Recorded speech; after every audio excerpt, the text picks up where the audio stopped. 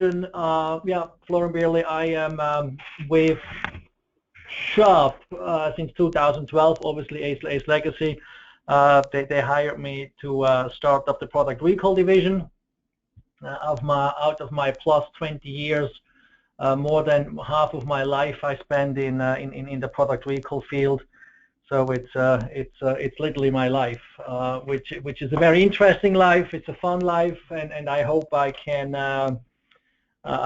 kind of submit that during the next half an hour. So on the agenda, which will be the next slide. So those are the topics we're going to talk about. What is product recall insurance? How often do they really happen? Why do they happen? What's the exposure? What is available in the market and what can be covered? Limits, SIRs, and obviously then why us? So without further ado, let's go dig in. And what is product recall insurance? It's really, we are in between property and casualty. Simply because we're casualty related, because we are looking at products. That's what we underwrite. But from a loss point of view, it's really a property loss. It's a reimbursement policy. So we are first party coverage. We reimburse the insured for their financial loss they have because of an insured event. It's a claims made policy. It's discovered and reported during the policy period. And it's like wind and earthquake. It's a catastrophic event. There is, from an account by account level, there's typically no frequency, but there is severity. So we always say, and that will be the next click, please. We always say, product recall. Really, what it is, it's a balance sheet protection. And it's always interesting when we talk, to brokers, agents, and insured. Is kind of that when the aha moment comes. Product recall is much more than just getting the product off the market. The product recall insurance can really prevent the company from going out of business because it's not a third-party loss you have. Again, it's a first-party loss. It hits your bottom line or the insured's bottom line, and we'll go into that a little bit further more of some of the other slides where we can highlight that even more. When we meet with potential insured, so we have discussions with brokers and agents. The one thing we always hear, especially with the insured, they'll say, "Well, it doesn't happen to us. It happens to everybody else, but not to us." But here are just some numbers which I think reflect that recalls happen on a daily basis, more than you think. I mean, you do the math, how many days you're going to have here. Obviously, not all of them are always big in the press, but that's reality here. 2014, I believe there have been a little bit less, but still around 3,000 or more than 3,000. It's not something that's going away. It's something that it's daily life. So it definitely can happen to anybody or everybody who is dealing with products. Then the next slide, I just have some reasons why recalls happen, and besides it doesn't happen to us, the next what we always hear is, "I have everything under control," or I was like, okay, my counter argument then is always, my opinion, you have two weak links. One of them is an employee or your employers. It doesn't really, you can train your employees as much as you do. If somebody has an off day, whatever happens at home or I don't know where, he comes to the plant, he is at the production run there, and he's just pushing the wrong button. There is the issue. There have been many cases where incidents happened because the employee wasn't doing what he was supposed to do. Just to give you one example, out in Connecticut, we met with a bigger dairy company, and they had an issue like that. They did all the cleaning, and after the cleaning, they started the milk production. And they tested it and they realized, oops, there's still some cleaning residues are still on the production lines.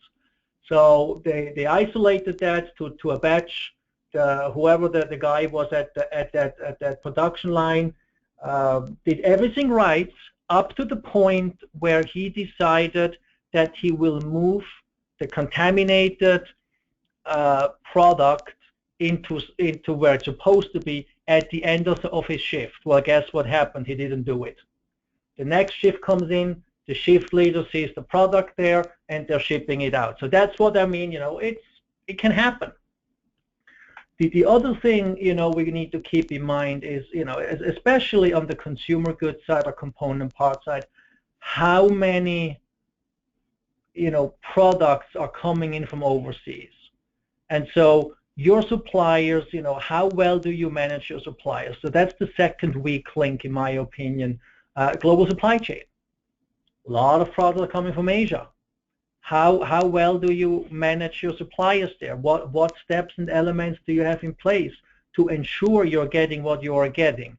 So that's just to illustrate kind of two of the things that can happen. And to finish up this slide, the other thing is especially what we hear from importers. Well, I'm only, I'm not a manufacturer. I'm only bringing the product in and selling it. I'm not manufacturing anything. Well, in reality is you are a manufacturer. If you bring a product into the U.S. and something goes wrong, it's going to be your responsibility and your liability to get the product off the market. So in that fact, you are a manufacturer. So there's definitely more potential or more risks out there than I think people tend to think. And it's sometimes an eye-opener. So we talked about, balance sheet and brand name protection. And I would say that there are two segments. You have the cost, you pretty much know what they're going to be. So I would say the fixed cost, and then you have soft cost. So the fixed cost, recall cost. You know how much it will cost you to take the product off the market, whether it's the shipping, whether it's the warehousing, the destruction of the product, whether or not you have to hire people to help manage the recall, or you have to send out notifications.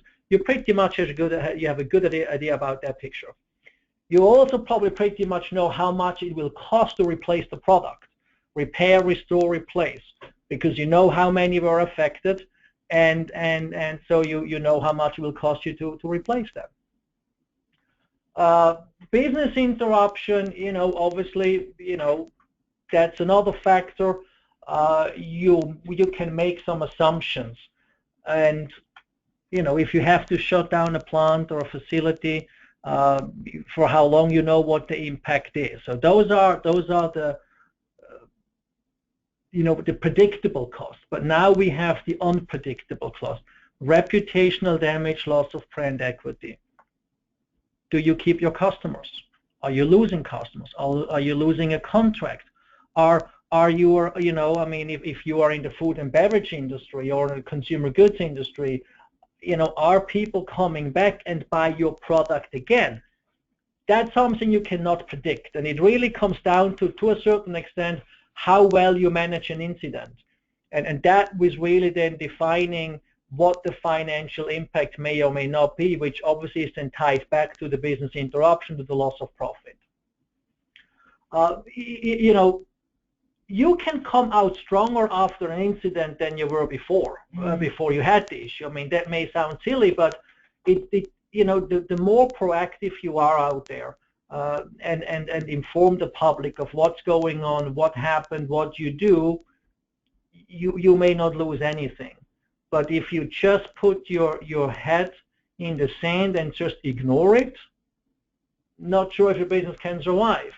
And there have been plenty of examples where companies simply had to go out of business because not just because they handled the recall poorly, but they also, on top of that, they had no coverage in place.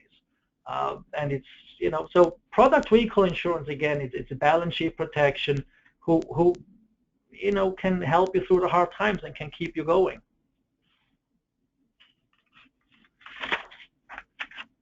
So what products are available? There typically there are three products in the market available. It's the consumable products, pretty much what we say ingestible and topical and for human consumption.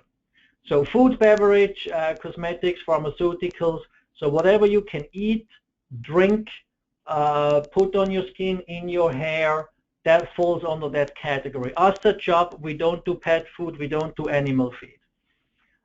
The trigger of the policy, that's one of the other questions we always get asked, is do you cover voluntary recalls? 99% of the recalls in the US are conducted on a voluntary basis, meaning the manufacturer, the importer, the distributor is recalling the product. So what we cover the voluntary, involuntary, mandatory, stock recovery, market withdrawal, recall of an adulterated insured product. It doesn't matter to us who is recalling the product, as long as it gets off the market, as long as consumption has caused or would cause bodily injury or property damage. Adulterated is defined in the Food Modernization Act. It's not defined.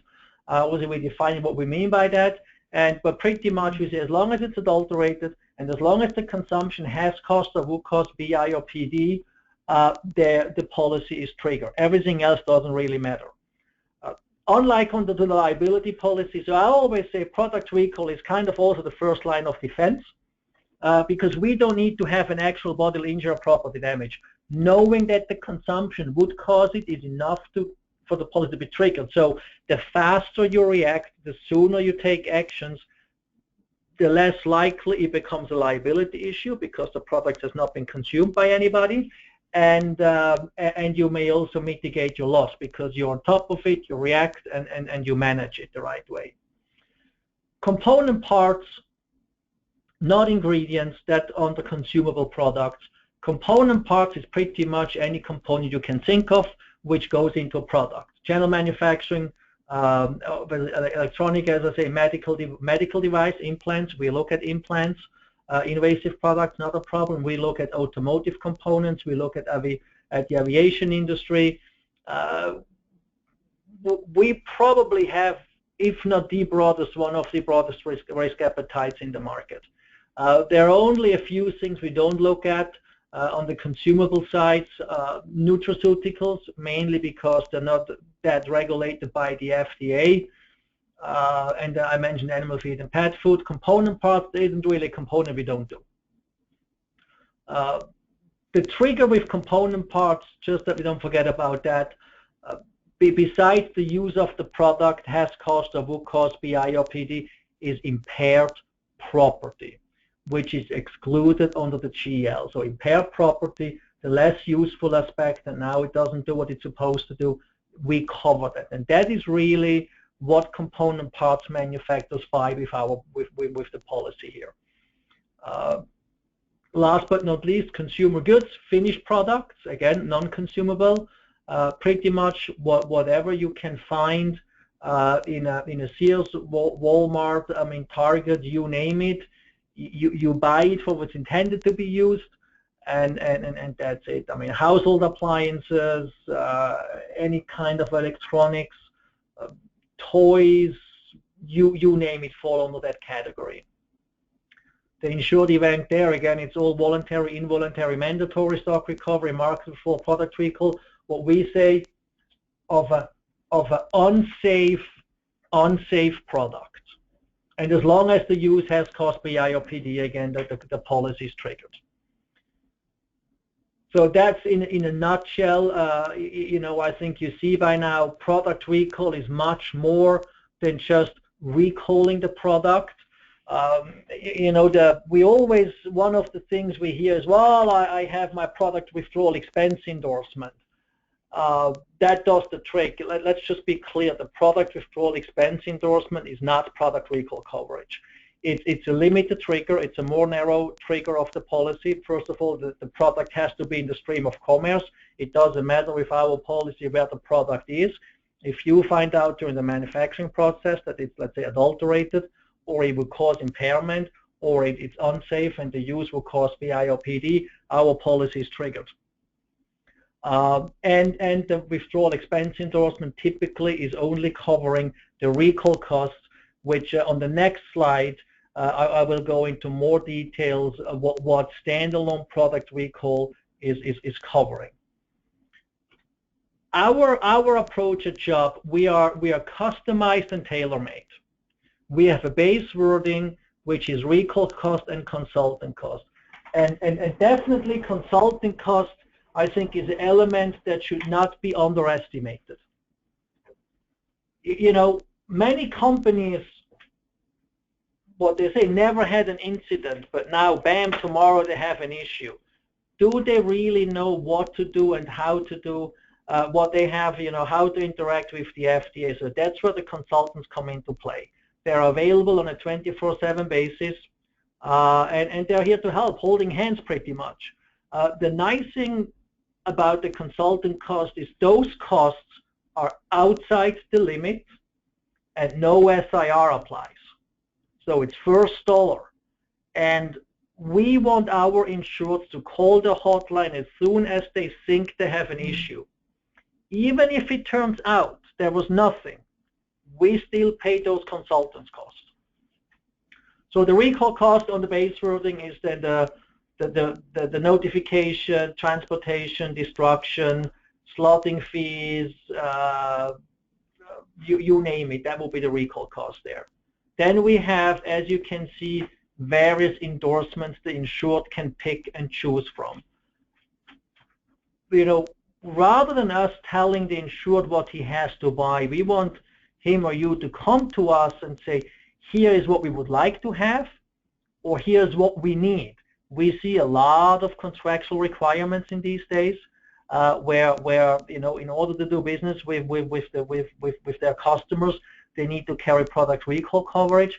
So we can tailor it to contract specific, product specific, total sales, you name it. Slice it and dice it any way you want. And you can pick and choose from all these endorsements. Just replacement cost, again, repair, restore, replace, loss of profit, business interruption, extra expenses, any expenses you need to in order to get to get going.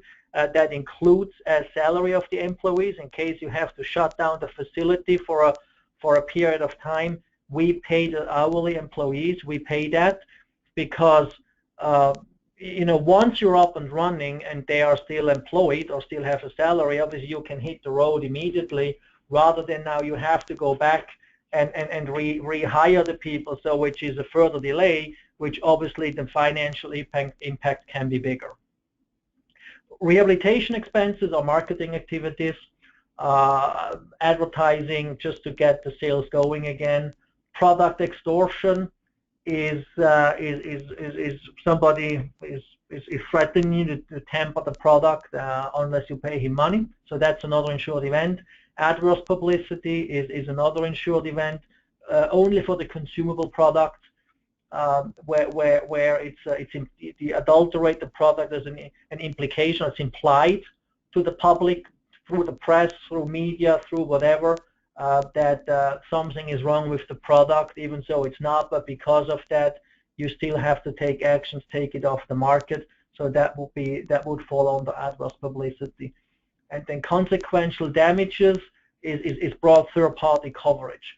Recall cost, first and third party, doesn't matter who it does. Replacement cost, first and third party if it's a component. But then the consequential damages, it's the customer's loss of gross profit, the customer's extra expense, and the customer's rehabilitation expenses. So we can build the coverage based on what the insured needs to have, would like to have, or quite frankly, what his budget is. So what can we provide in terms of limits and SIRs? That will be the next slide. No, one back. And there is, when I went to the presentation, I was like, just before, I was like, there's a typo in there. Where it says consumer goods, it should say large accounts. So my apologies for this. But let's start with small business. As one of the few markets who provide product recall on a standalone basis, we have a heavy focus on small business. Small business, we define up to $25 million in sales. As you can see, limits can range from $50,000 to $5 million. on an excess basis, we would have more capacity available. But these companies, what we see is what we know. Let's put it this way: my average limits in small business is less than $1 million. So literally, we have it from 50,000 up to high, but average is less than $1 million. Typically, I would say, especially if it's a first-time buyers, they should look at, let's say, 250,000, 500,000, or $1 million in limits as a starting point. Minimum SIR is $5,000. Nobody else in the market will offer as low of an SIR as we do. We just changed that recently because we realized, talking to the small business owners, that obviously they always compare us to the GL policy they have, and there they may or may not have an SIR. And then we come in and say we need to have 25,000. Obviously, that's shying them away. So we really want to have the same approach on the GL side, and we are willing to provide a $5,000 minimum SIR. Minimum premium $1,000. Product recall insurance, I think, has a stigma out there that it's too expensive, I can't afford it, it's only for the big companies. That's absolutely not true. Product recall is an affordable coverage for everybody, depending again how we slice it and dice it, or how we put it together. Middle market is the next focus. I mean, we say here 25 to 250 million in sales. The real focus is really up to 100 million. And there, the only difference we have compared to the small business is that the minimum SR is $10,000. Other than that, everything is really the same. The large accounts, again, forget about these consumer goods comments in there. I have no clue how that happened. We are not shying away from them. We are looking at those accounts, but of everybody in the recall market is looking at those big accounts. So we kind of pick and choose the ones we want to take on a primary basis, or then we just move up to an excess basis. Ideally, we lead accounts on a primary basis with a $2.5 to $5 million primary. With you guys, and go and place. Place excess capacity. We have a minimum SIR of 25,000 and the minimum premium of $5,000. So our philosophy is, if you have let's say you have a $400 million company, and we could lead that with $1 million limit and a $100,000 SIR. If we would put out the $5 million limit, we would need a higher SIR on that. So that's why that's our strength, is leading those accounts on a primary basis, as long as nobody else minds to go and place excess capacity. So last but not least, why us? That's the next slide. I mentioned it's customized and tailor-made. There's only one company out there who has the same approach, and the only reason why they do it that way is because that's where I was before. Everybody else pretty much tells you what they have to buy. We are targeting first-time buyers. So if you look at the universe in the U.S., there are about 1 million firms fitting our target markets. So we talk about manufacturers, we talk about the agribusiness, we talk about retailers and wholesalers. There's about 1 million companies out there who fall into that category. 80%, if not more, have sales of 50 million or less. The minority is buying coverage right now, and there are various reasons why. One of them is no offense to anybody on the phone or to any insured, but it's understanding the coverage. What is product recall all about? Many times we are getting on the phone and we start explaining what it's about as the aha moment, and that the hit ratio is increasing tremendously once we are on the phone with the insured, and we don't mind doing that. Not that I skip all the other points, but we are here to help. We are here to help you. We are here to educate you. Obviously with Stuckey, we don't mind doing that. Don't hesitate. We changed our form to make it really easy to read and better understandable. So I kind of went into there with some, how our insured coverage or how insured event is reading. Just to give you an idea on the consumable product side, everybody else has accidental contaminations and malicious tampering. We had that as well. But read through the Food Modernization Act implemented in 2011 and just try to find out how many times accidental contamination is showing up or malicious product tampering. It shows up never, because the FDA is talking about an adulterated product. The only difference is we define it, and it's a rather broad definition. I mentioned that before. We underwrite, we have a broad risk appetite. There are over 400 classes of business we're looking at. There are not many SIC codes or type of risk we don't do. As long as we can structure it the way it makes sense for us and for the insured. Again, we pretty much look at everything.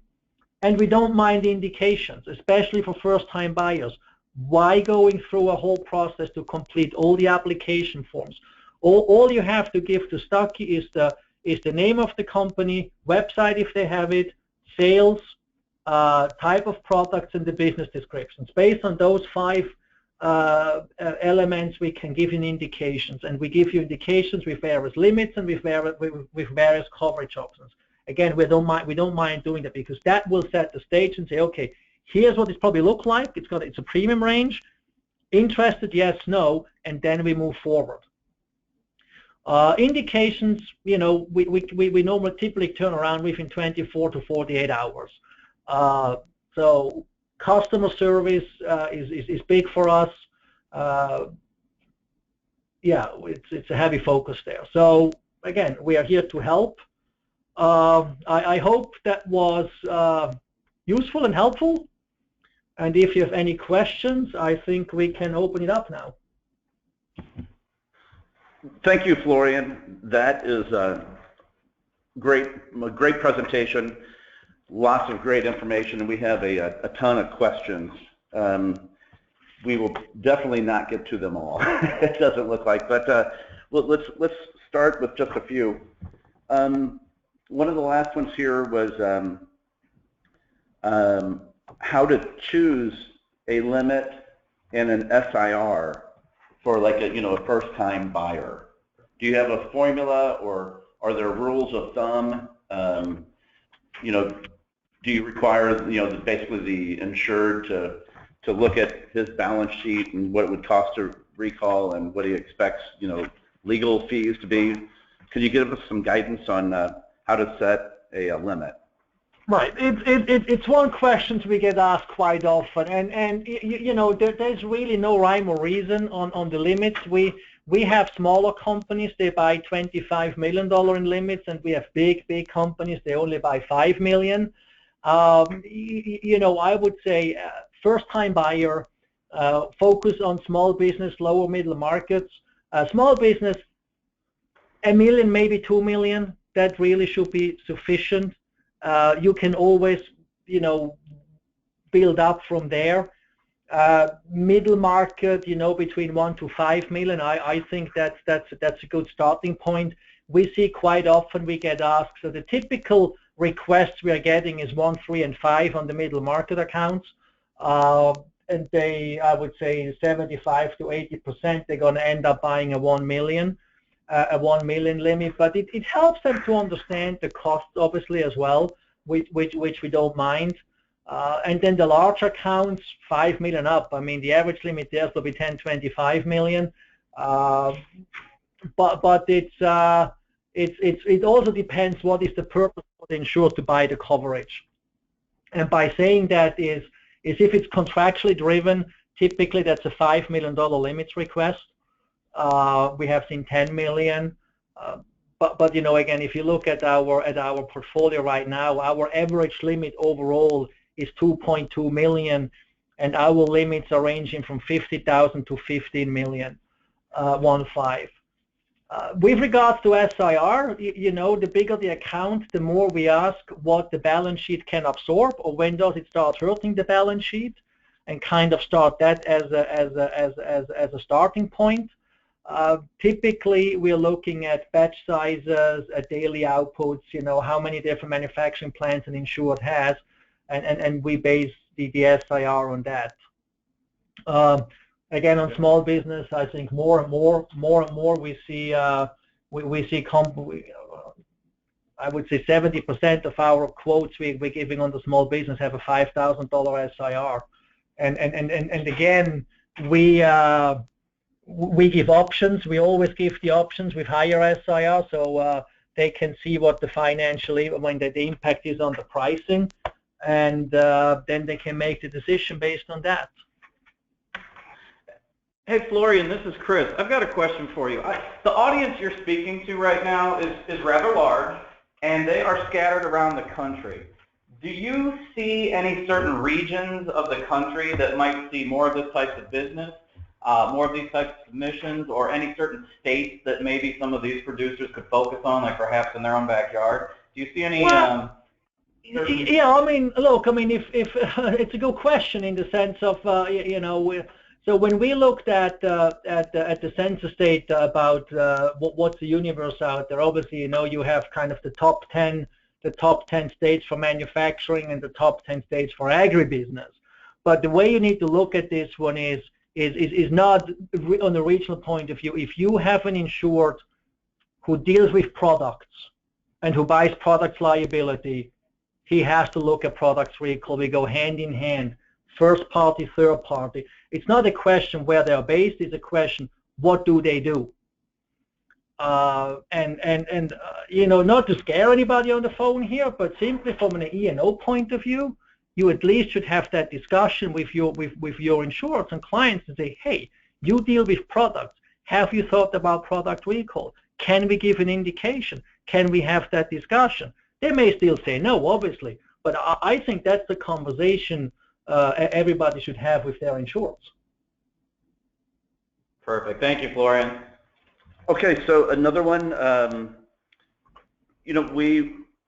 lot of the products that we talked about, I think in the product recall, I initially think of as being a manufacturer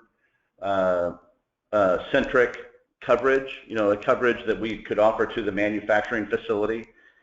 But I think, no business is really safe, and I think, it's a coverage that's important to not only manufacturers but retail operations, distributors, and agribusiness. Could you go into some of, do you see more manufacturing facilities buy it than distributors, or is it necessary in one, not the other, or?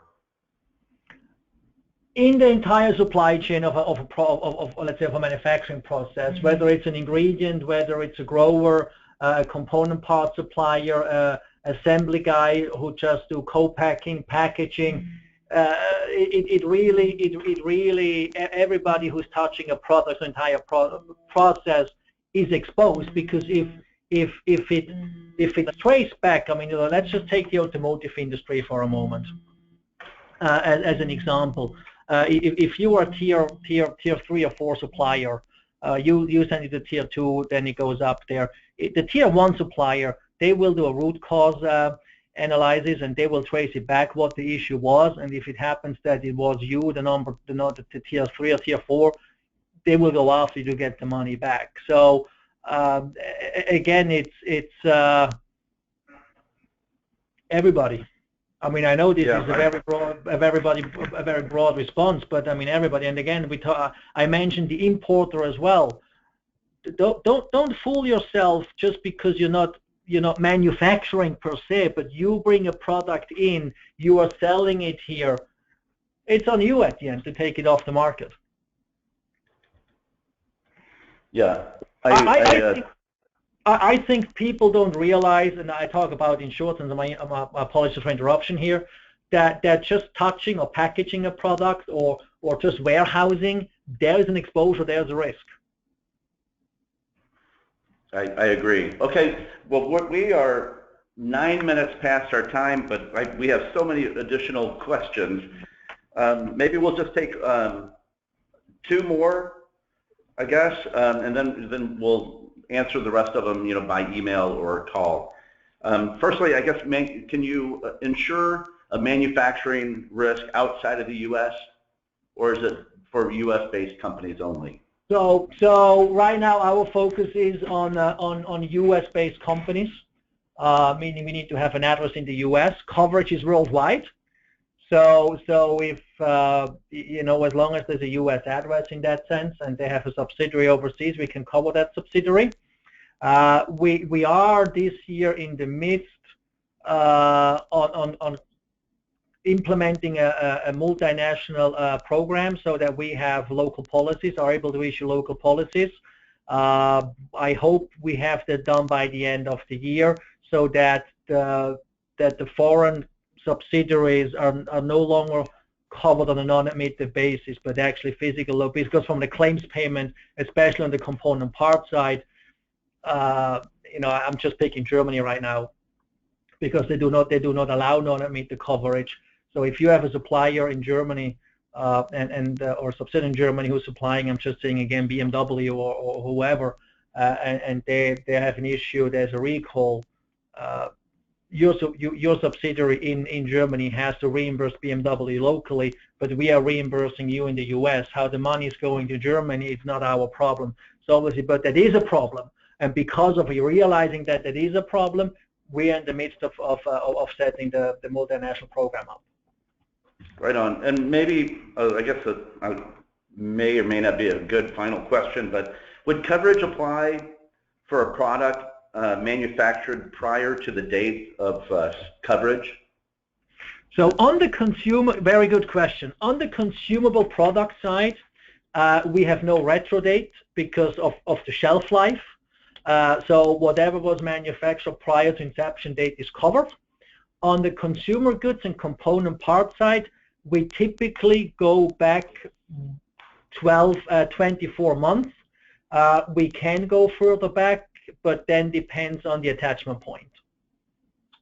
And it's not, so if our retro date is not sold, is manufactured. That's a more clear cut.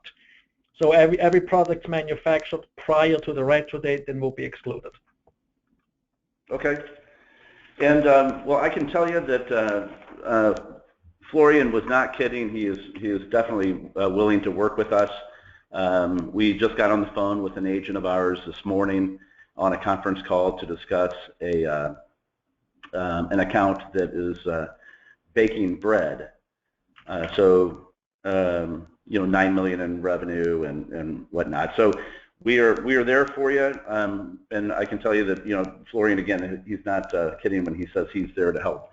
So Florian, I really appreciate your presentation and being here for the question and answer. Chris, I appreciate your time as well, and thank you everybody for attending the product recall training for Chubb.